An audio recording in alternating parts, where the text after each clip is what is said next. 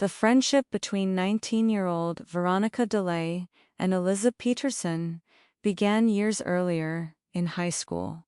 But according to Judge Judy, there are few faster ways to destroy a friendship than becoming college roommates. The two young women decided sharing an apartment near school would make life easier and cheaper.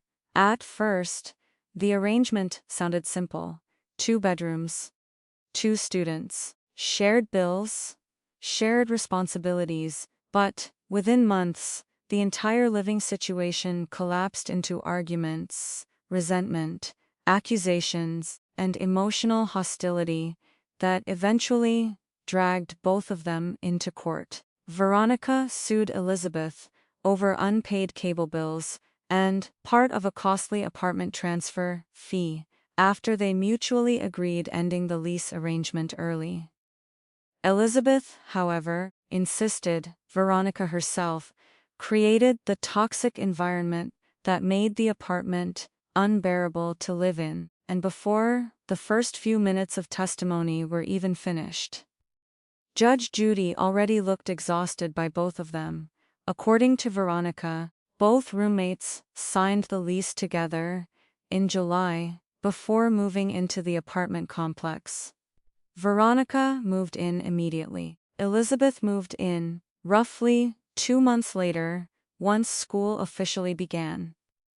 At first, things remained manageable, but problems started almost immediately over one issue that seemed small at the time: the internet and cable bill. Veronica explained that the cable account remained entirely in her own name, but Elizabeth told her from the very beginning that she did not even want cable service because she rarely watched television and could easily use free internet elsewhere around campus. According to Elizabeth, she specifically told Veronica she had no interest paying for expensive internet or television access she never planned using. But despite those early disagreements, they still moved in together.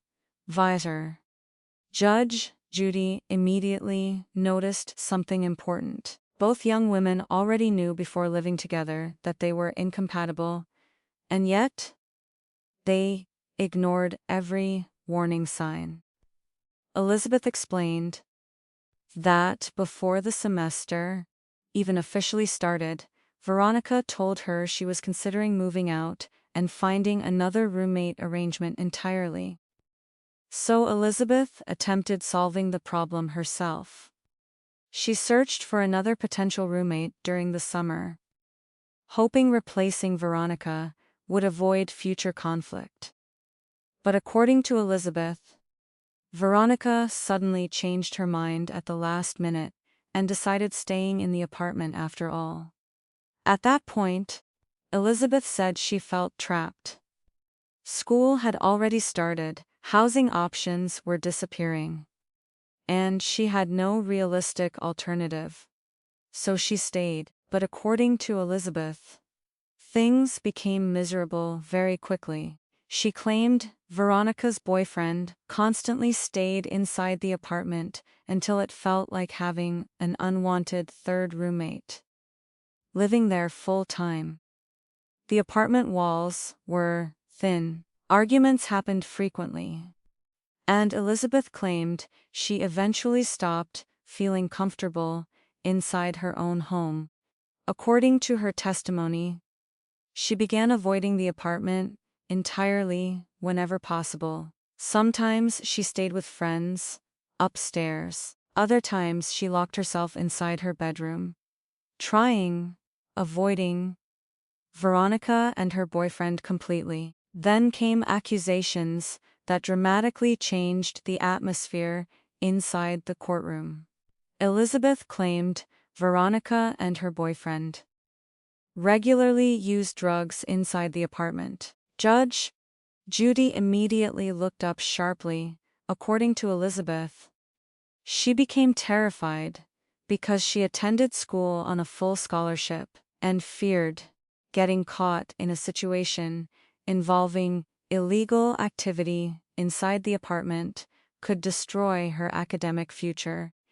She insisted security personnel at the apartment complex even approached her about suspicious activity, but Judge Judy immediately cut that testimony short. The judge explained clearly that statements supposedly made by security guards or other people outside court could not simply be repeated without evidence.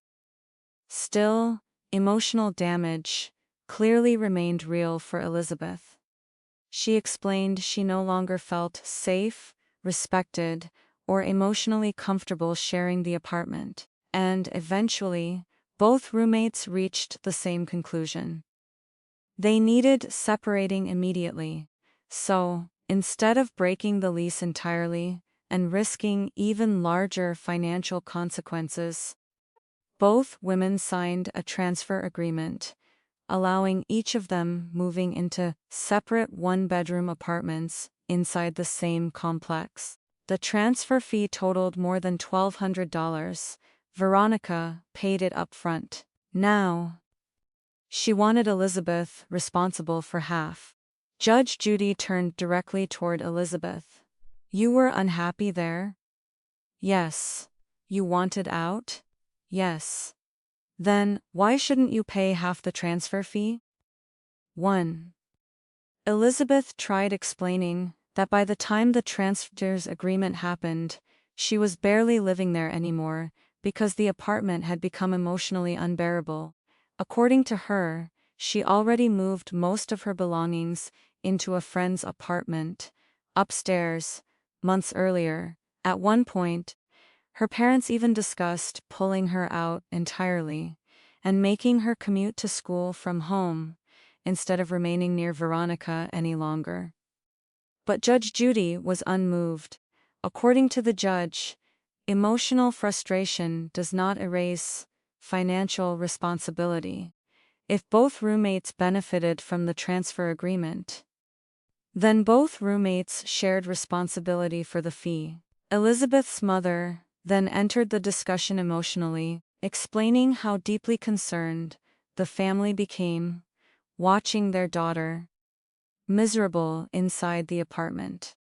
She claimed Veronica prevented Elizabeth from accessing certain utilities and created a controlling atmosphere throughout the living arrangement. At one point, according to Elizabeth's mother, Veronica even changed passwords connected to the cable and internet service, preventing Elizabeth from using them entirely. Judge Judy focused immediately on that detail. You put a password on the internet? Yes, Veronica admitted.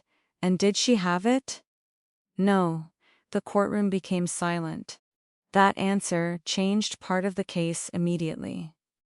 According to Judge Judy, Veronica could not demand payment for services Elizabeth was effectively blocked from using.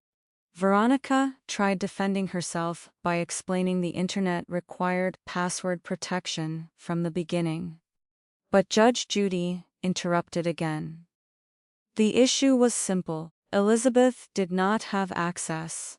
Therefore, she could not reasonably be forced paying for internet she was unable to use. However, transfer agreement was different. Both roommates benefited from escaping the lease without further penalties, therefore both remained equally responsible for the cost. Judge Judy calculated the amount quickly. Half the transfer fee totaled $625, judgment for Veronica, but Elizabeth still had one final counterclaim remaining, and, according to her, apartment situation had damaged much more than just her emotional well-being. Elizabeth's counterclaim focused less on money and more on fear, frustration, and the emotional stress she claimed Veronica created inside the apartment. According to Elizabeth, living there became so uncomfortable that she feared her scholarship and academic future could be destroyed if police or apartment management discovered illegal activity connected to the apartment. She accused Veronica of using drugs inside the residence, with her boyfriend present regularly. Judge Judy immediately stopped the emotional speech before it spiraled further. Did you lose your scholarship? No. Good. The answer instantly weakened most of the counterclaim. According to Judge Judy, courts do not award damages simply because someone felt uncomfortable, nervous, or emotionally unhappy, unless actual legal harm occurred. Elizabeth insisted the fear felt very real. She described constantly worrying about apartment security, possible lease violations, and complaints involving Veronica's boyfriend staying overnight, far beyond what the lease allowed. At one point, she even tracked the number of nights the boyfriend stayed over, because she believed management could evict both roommates for violating apartment rules. But Judge Judy remained firm. According to the judge, none of that changed the basic legal responsibilities tied to the transfer agreement. The courtroom became tense again when Veronica explained that Elizabeth frequently exaggerated situations and acted overly dramatic whenever disagreements happened. Meanwhile, Elizabeth argued Veronica behaved selfishly and controlling throughout the entire roommate arrangement. The two young women clearly could barely tolerate each other anymore. Then Judge Judy delivered a blunt reality check. Neither roommate seemed prepared. Hearing. Courts don't care if you're unhappy. The courtroom fell quiet immediately. According to Judge Judy, college roommates frequently dislike each other after moving in together. People argue, relationships become tense, living habits clash, boyfriends become annoying, noise becomes irritating. But emotional incompatibility alone does not erase contractual responsibility. Then the judge turned again toward the issue of the cable and internet bill. Veronica attempted arguing Elizabeth originally agreed, sharing utility expenses equally. She even referenced emails discussing shared payments for internet, electric bills, and cable access. But Judge Judy stopped her immediately. The critical issue was not whether a general agreement existed. The critical issue was access. Elizabeth never received the internet password, therefore, she could not actually use the service. Judge Judy explained something important. A person cannot reasonably be expected paying for something intentionally withheld from them. That part of Veronica's claim failed instantly. Still, transfer fee remained unavoidable. Judge Judy carefully explained why breaking a lease completely could have left both young women financially trapped for the remainder of the school year. Instead, the transfer agreement allowed both roommates separating cleanly without destroying their housing records or becoming liable for the entire remaining lease term. It was the smarter solution, and both benefited from it equally. Therefore, both had to pay equally. Elizabeth's mother attempted one final defense. According to her, Veronica wanted leaving the apartment more than Elizabeth did. The family believed Veronica should carry the larger financial burden because she pushed hardest for separation. Judge Judy disagreed immediately. The judge explained that once both parties willingly signed the agreement, responsibility became shared. Sybil, then, the emotional frustration between both girls exploded again. Elizabeth accused Veronica of forcing rules inside the apartment that made everyday life miserable. She described arguments over visitors, cabinet space, food storage, and even needing permission for guests because the walls inside the apartment were extremely thin. According to Elizabeth, Veronica became controlling about nearly everything. Veronica rolled her eyes while Elizabeth spoke. Judge Judy noticed instantly.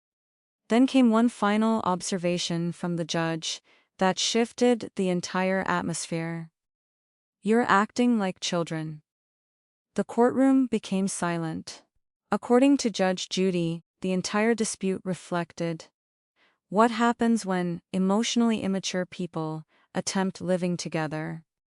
Before learning how compromise, boundaries, and personal responsibility actually work. Small disagreements became massive arguments, minor irritations became emotional warfare, and eventually, two former friends ended up inside court fighting over internet passwords, transfer fees, and boyfriend visits. Judge Judy finally announced the decision clearly. Elizabeth owed Veronica $625 for her half of the apartment transfer agreement. The counterclaim was dismissed completely. Case closed, as both former friends exited the courtroom separately. It was obvious the friendship itself would never recover, but before the emotional tension from the roommate dispute even faded, another case immediately entered the courtroom, this time involving teenage boys, a dangerous stunt, and a customized Mustang damaged during one unbelievably stupid game. The next case entering Judge Judy's courtroom involved teenage recklessness, a damaged Mustang, and two families arguing over who should pay for one very expensive mistake. Victor Polk sued Renee Eskin after her 17-year-old son allegedly dented and damaged his customized Ford Mustang while attempting a dangerous stunt with another teenager. Judge Judy immediately looked confused. Who jumped over the car? The teenage boy slowly raised his hand. The courtroom already sensed where this was going. According to Mr. Polk, the boys were outside playing basketball when they suddenly started daring each other to jump over his Mustang. At some point, one of the boys attempted the stunt, miscalculated badly, and crashed directly into the vehicle. The result, a dented fender and damage to a car. Mr. Polk claimed he had spent years customizing and restoring. The defendant's mother immediately attempted shifting part of the blame. According to her, Mr. Polk's own son encouraged the stunt and participated in the game. Therefore, she believed responsibility should be shared between both boys. Judge Judy shut that argument down almost instantly. No one forces someone else to do something stupid. The courtroom became quiet. According to the judge, encouraging bad behavior does not legally transfer responsibility for physical damage caused by another person's direct actions. Then Judge Judy turned toward the teenager himself. "You jumped onto the car," the boy admitted. He slipped and landed on the Mustang while completing the jump. Importantly, he also admitted the other teenager never actually hit the car. That single detail changed everything legally. Judge Judy immediately explained the law very clearly to the mother. Only one person physically caused the damage. Therefore, only one person carried legal responsibility. The mother still argued emotionally that both boys acted foolishly together and both families should therefore share the cost. Judge Judy understood the emotional logic. 1. Not the legal logic. According to the judge, the second boy could have chosen not participating at all, but he never caused physical damage. Her son did. Case closed. Then the argument shifted toward money. And suddenly, things became far more complicated. Mr. Polk claimed the Mustang was not an ordinary vehicle. According to him, it was a customized 1991 Ford Mustang convertible with extensive restoration work, custom paint, and thousands of dollars invested into rebuilding the car over several years. He described the vehicle almost emotionally. "It's my baby." Judge Judy listened carefully, then immediately asked for receipts. That's where the problem started. According to Mr. Polk, the car had recently received an expensive custom paint job worth roughly $2,300. But when Judge Judy requested documentation proving those costs, he had none. The courtroom atmosphere changed instantly. Mr. Polk explained the painter operated mostly through cash transactions and had since returned to Mexico, making receipts difficult obtaining. Judge Judy looked unconvinced immediately. "I don't believe you spent $2,300. The courtroom became tense. Mr. Polk tried defending the quality of the paintwork, showing before and after photographs of the Mustang to demonstrate how immaculate the restoration looked before the accident. And honestly, car did look impressive, but Judge Judy remained focused on evidence. Photographs alone could not prove repair costs. Then the judge noticed something else. The Mustang was often parked directly near the street, where teenagers regularly played basketball. Judge Judy looked directly at Mr. Polk. "You let them play near your car?" Mr. Polk immediately insisted. He always warned his son not to play around the vehicle. According to him, he repeatedly told the boys jumping over the car was idiotic and dangerous. Then Judge Judy called the teenage son forward. The young man nervously tried explaining how the stunt started. According to him, the boys were playing basketball when someone jokingly claimed they could jump over the Mustang. Judge Judy stopped him immediately. "If you say the word like one more time, sit down." The courtroom laughed softly, but the judge's irritation remained obvious. According to Judge Judy, the boys behaved like complete idiots, risking damage to a valuable vehicle for absolutely no reason. The teenager admitted they simply were not thinking clearly. Judge Judy nodded. "That's obvious." Then came the biggest problem in the case: repair estimates. Initially, Mr. Polk presented the defendant family with a repair estimate around $614. But later, he suddenly demanded more than $2,300 instead. Judge Judy immediately noticed the huge discrepancy.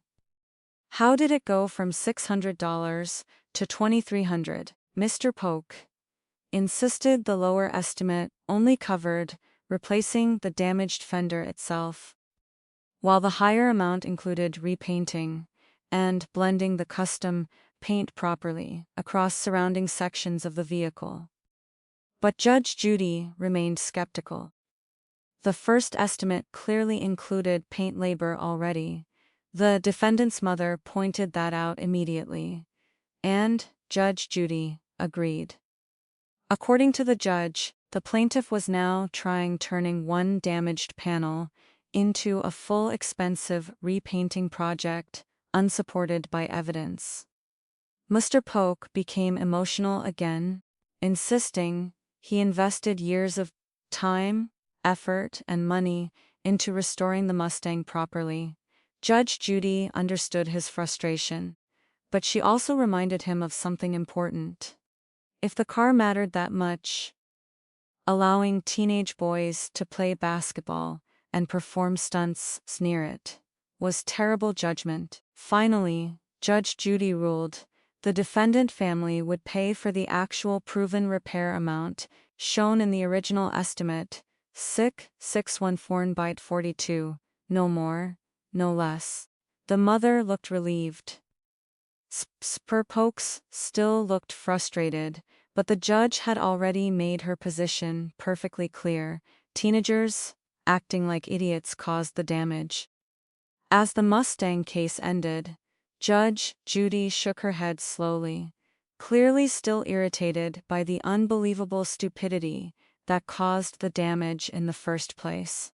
According to the judge, teenagers often believe reckless behavior is harmless fun until somebody's property gets destroyed.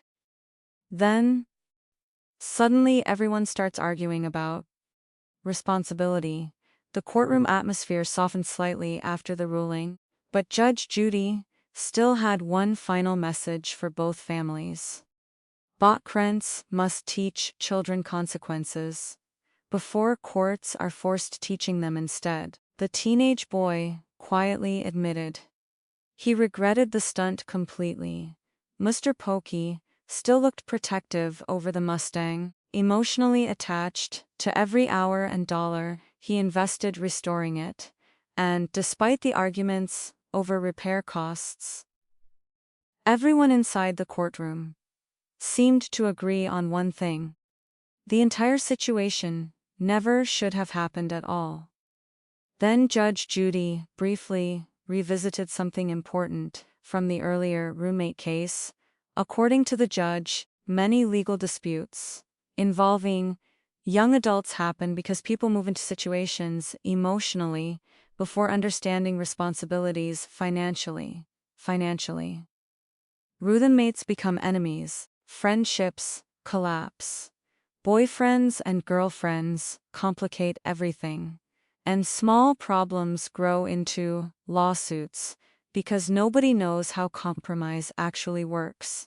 The judge explained that living with another person requires maturity.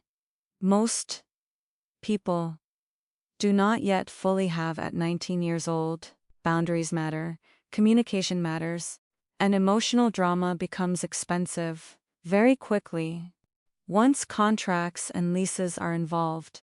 Then the courtroom discussion shifted back briefly toward the Mustang repair estimates. Judge Judy explained why evidence matters more than emotion in civil court. People may feel strongly attached to property, but courts still require receipts, documentation, and realistic repair values. Without proof, claims become exaggerated stories instead of reliable evidence. Mr. Polk learned that lesson the hard way. Even though the car clearly mattered deeply to him, the court could only award the amount actually supported through legitimate estimates and documentation. Meanwhile, the defendant's mother also learned something important. Parental instinct may emotionally defend a child. One legal responsibility still follows the person who actually caused damage. Judge Judy explained that many parents struggle separating emotion from law inside courtrooms. A mother sees a child, the law sees responsibility, and sometimes those two perspectives collide painfully. The courtroom remained quiet as Judge Judy summarized the entire situation one final time. Two teenage boys acted foolishly. One damaged a customized car, one family exaggerated repair demands, and another family tried avoiding responsibility entirely. In the end, truth landed somewhere in the middle. The actual repair cost would be paid. But nobody was leaving court completely satisfied. And according to Judge Judy, that usually means the ruling was probably fair. As the parties slowly exited the courtroom, Judge prepared for the next emotional dispute, already waiting outside, because in Judge Judy's courtroom, almost every case followed the same painful pattern: bad decisions, damaged relationships, and people learning consequences only after things already went too far. But exaggerated repair demands were not going to succeed in court either. After the final ruling in the Mustang case, Judge Judy leaned back briefly before addressing something that connected every dispute heard that day.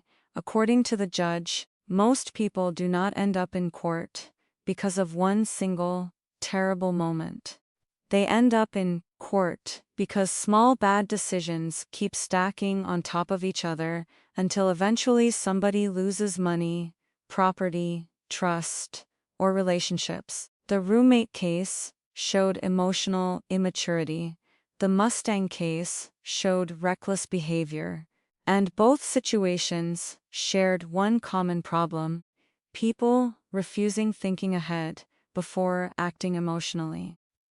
Judge Judy explained that responsibility always arrives eventually, whether someone is emotionally prepared for it or not. Then she returned briefly to the issue of contracts and agreements. According to the judge, young people especially make the mistake of treating legal agreements casually because they assume friendship or trust will solve everything later.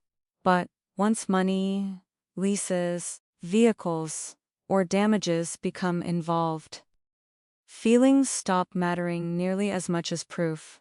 That's why written agreements matter, receipts matter, documentation matters, and emotional stories alone rarely win cases.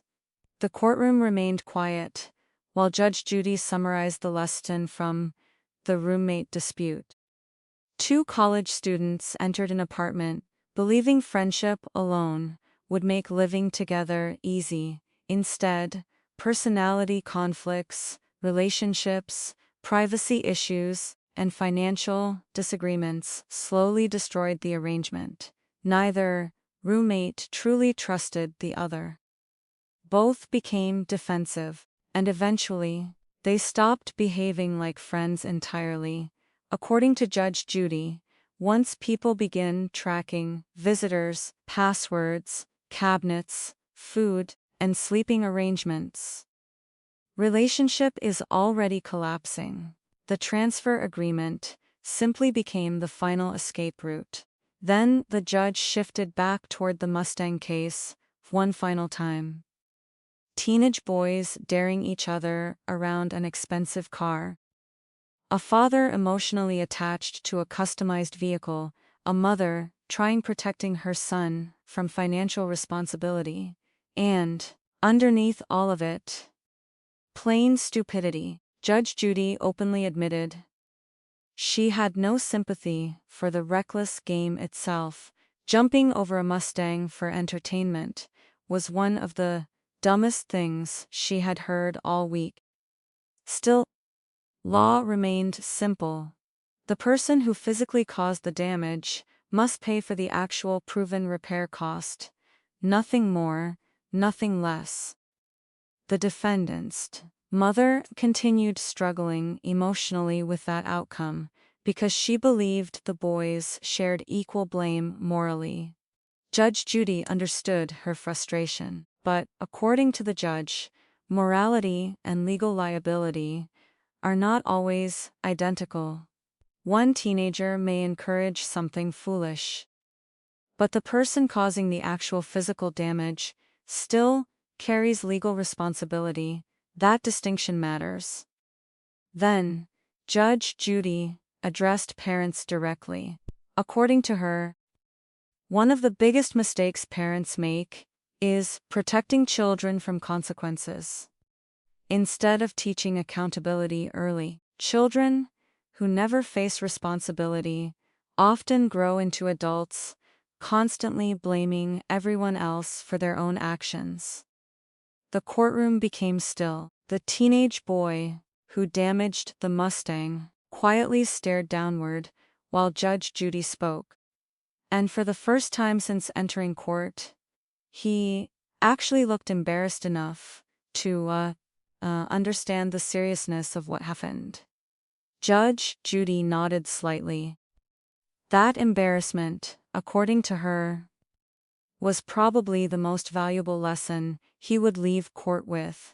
Because money can repair a fender, but reckless behavior can easily destroy far more important things later in life. As the courtroom slowly cleared once again, Judge Judy organized the next files waiting at her desk. Another argument, another damaged relationship, another story involving people whose emotions pushed them directly into legal trouble. And according to Judge Judy, that cycle never really changes. Only the names do.